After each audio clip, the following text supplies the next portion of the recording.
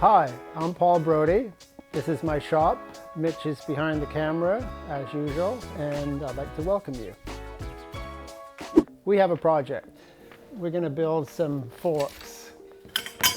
Old style Unicrowns, although these are much more modern blades. When I was building forks, this would have been, well, a Unicrown fork, that would have been 86, 87. I was using Tangay, and the blades were bent at a 90. They came right over, and they were mitered, in line with the steer tube. So this is a little different situation. Obviously, in cycling, things have changed a lot, and you can't just miter up a set of Unicrown blades anymore for a 26 when you got so many wheel sizes. So I guess that's why they leave them long. So we got a couple things we have to do. We have to make a fixture. I've already made it actually. That's this one here.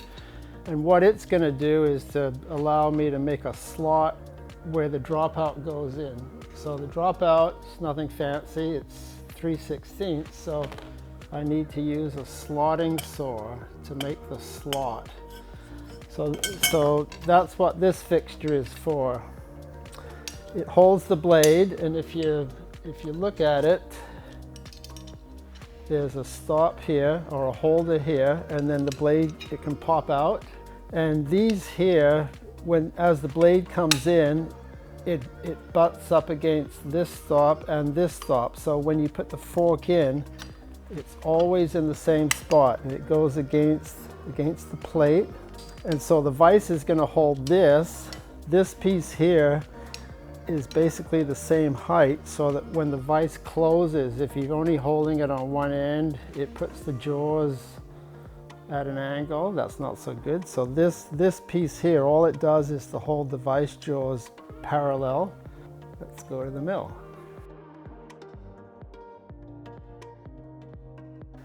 And if you hear the stop, this is all the way down, so that's the position. And that is basically, that's halfway.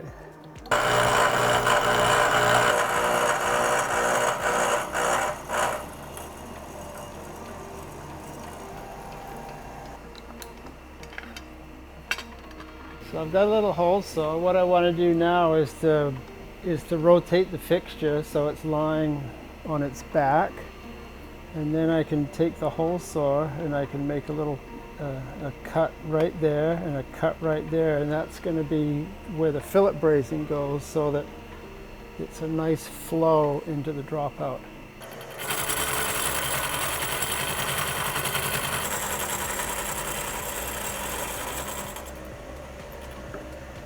Yeah, that's exactly what I want. I don't take out the fixture now. The fixture stays in there. I just change blades.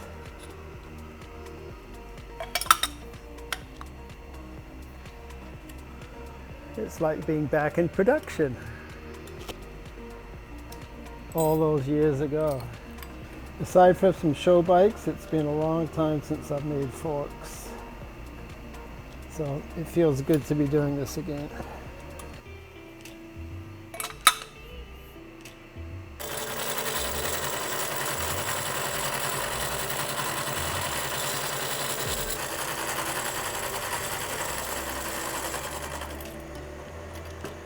So there's my drawing. It's just made on a piece of Bristol board. Nothing fancy, not doing CAD or anything. Full size, it's pencil. If I make a mistake, I've got an eraser. And you can see where you can see here how I've moved lines around. So what we're looking at now is here's the dropout, like so. And this is the bottom. That's the bottom of the fork leg, and the slot is 3/8 of an inch up. So I'm going to take a ruler and I'm going to measure up 3/8 of an inch. So that's where I have to narrow it down. I can just use a file. So I need to file a little bit off on each side there so that it goes, you can see how it doesn't go in. Let's go do some filing.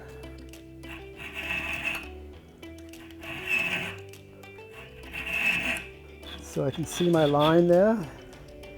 Here's my line.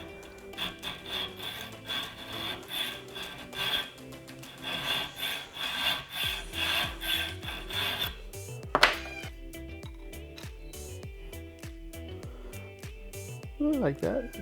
It's not falling out, so that's good. So it's gone up to the file marks on both sides. And this one here, it's a little bit in there, but it's the same on both sides. And that'll just get filled up with braze.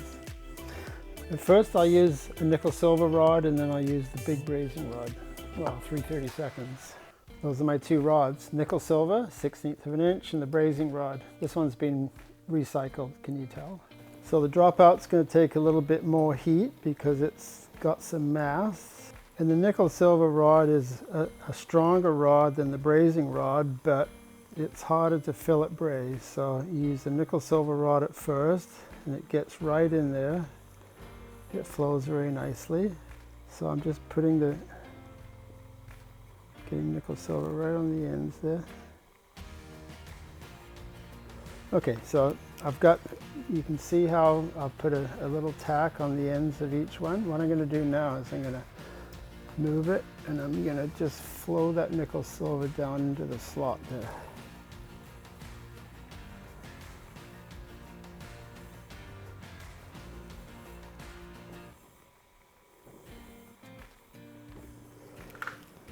Okay, switch rods. So I'm changing the angle now because I want this to be more or less horizontal, because I'm going to see that gap there? Obviously a gap. I'm going to fill in the gap.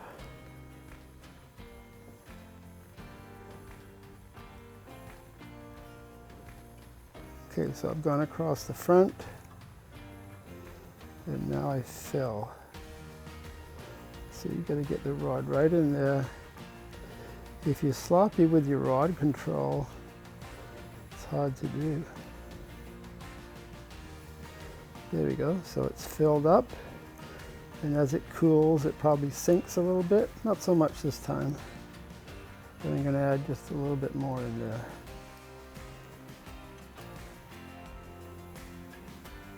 Oh, see it sink right there? Did you see it sink?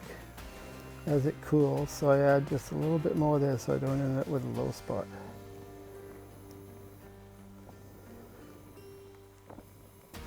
Okay.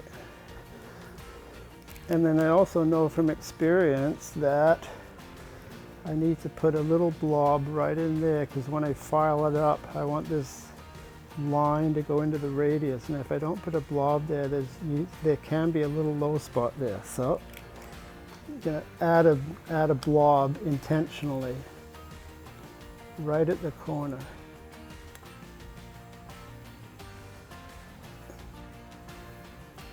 Yeah, that's my blob.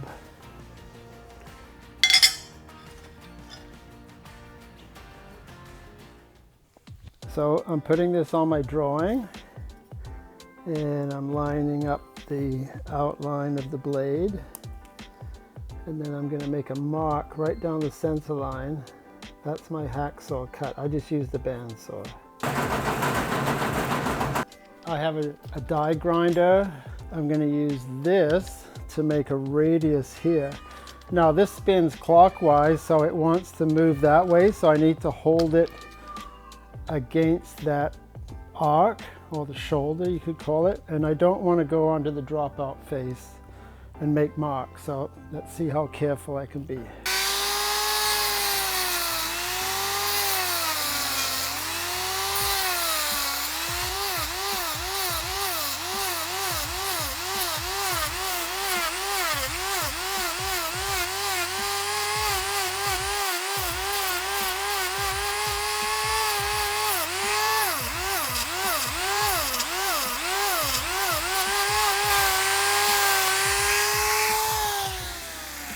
Okay, so I'm happy with that.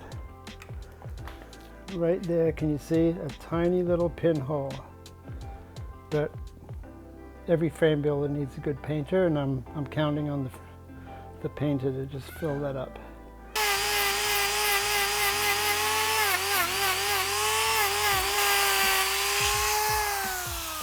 So that's good. So I'll get the belt sander now, and we'll do the bottom and the top.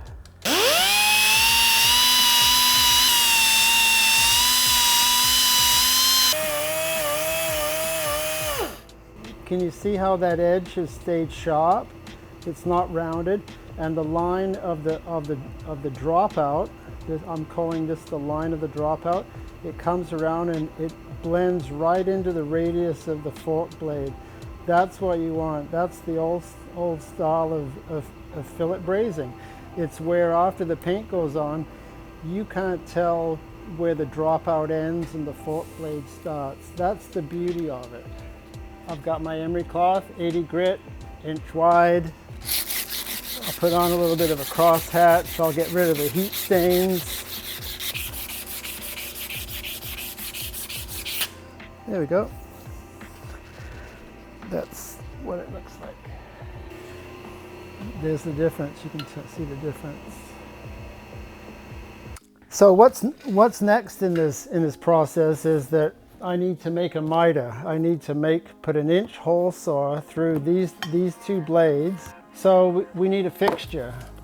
So this is an old seat stay fixture that I have. This part here holds the axle. It used to hold a rear axle. I need to make a new axle up here, and I need to lower this down. I need to take a cut off here, probably, I'm just guessing, probably about to there. So it's all going to be lower.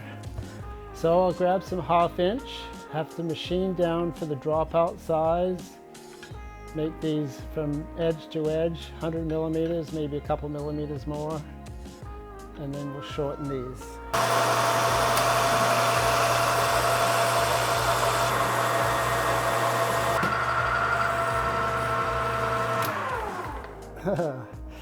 It wants to spin in the chuck. The chuck's not holding it. So I got my 5/16 ready rod. I've got a couple of nuts. So there's my thread. That's the end we just worked on. So now we're locking one nut against the other. And then we wind it in until it's tight. And then we break it loose. So we want the thread to be 1/2 inch.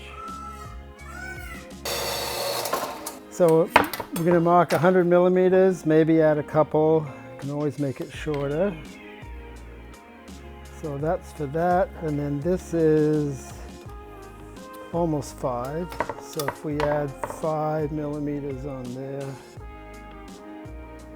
that's my hacksaw.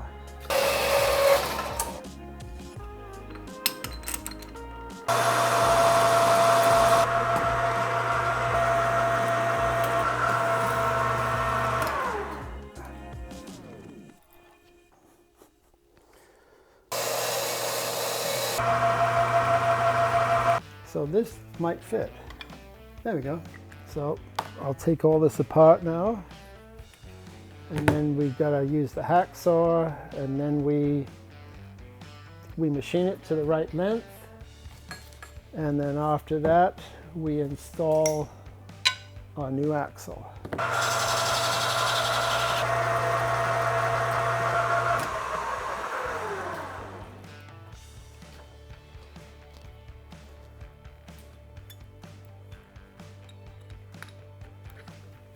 Oh, look at that.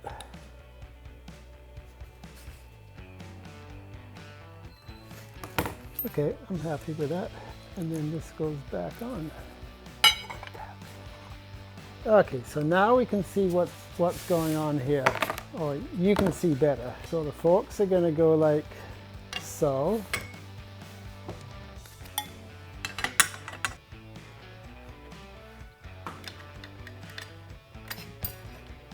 Why don't we go to the lathe now, and I'll show you how this gets set up. So I'm going to undo the tool holder. It's a 3/8 bolt. So I've loosened it.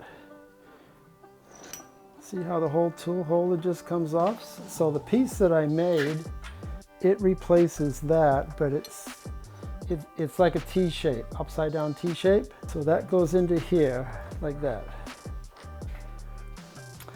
So that whole piece of fixture has to go along here in line in the center, And you see there's a bump there. You can't have that bump there. So that's why I need to move. This is called the compound. I'm going to move it. And I figured out the angle I want. It's 25 degrees.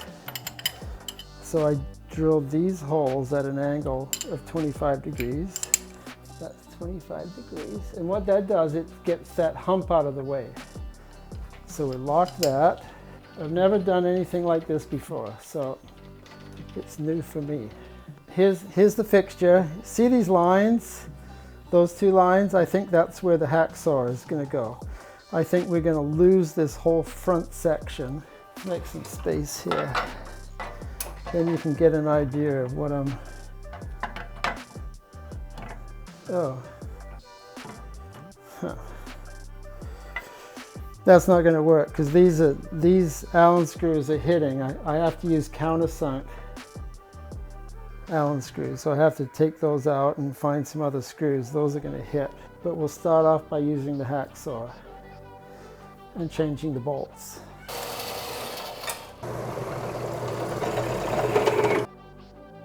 So sometimes making a jig or a fixture is a little bit of trial and error. You can think you know what's going to work, but then once you actually start, that's when reality kicks in.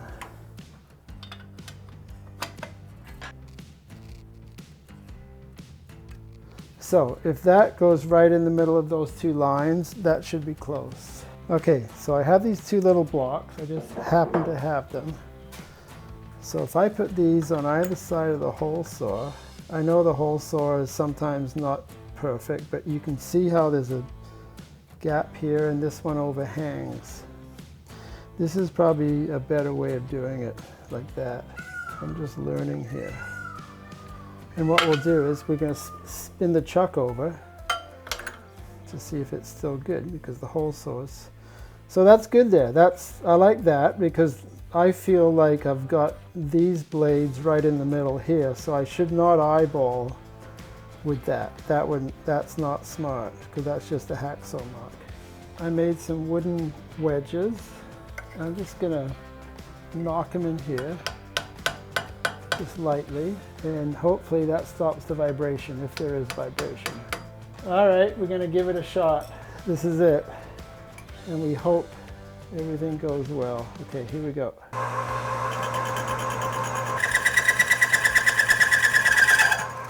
Okay, so this one's moving, right? If I put a clamp on, I can put a C-clamp right there. Let me do that.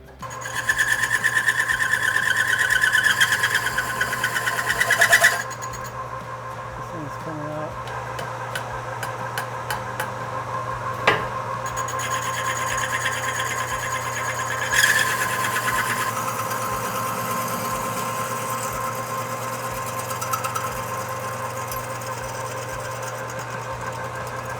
Let's just see what it looks like on the fork jig now.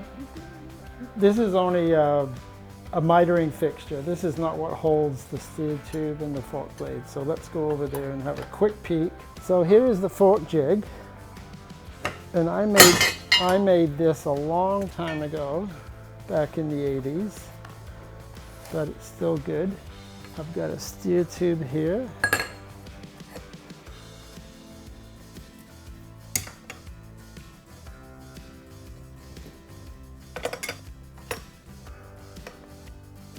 So it needs a little fine tuning, but that's what it's going to look like. Oh, that will get moved up a little bit. There you go. If I put some masking tape around there, I'll hold them in. So that's our segment for today.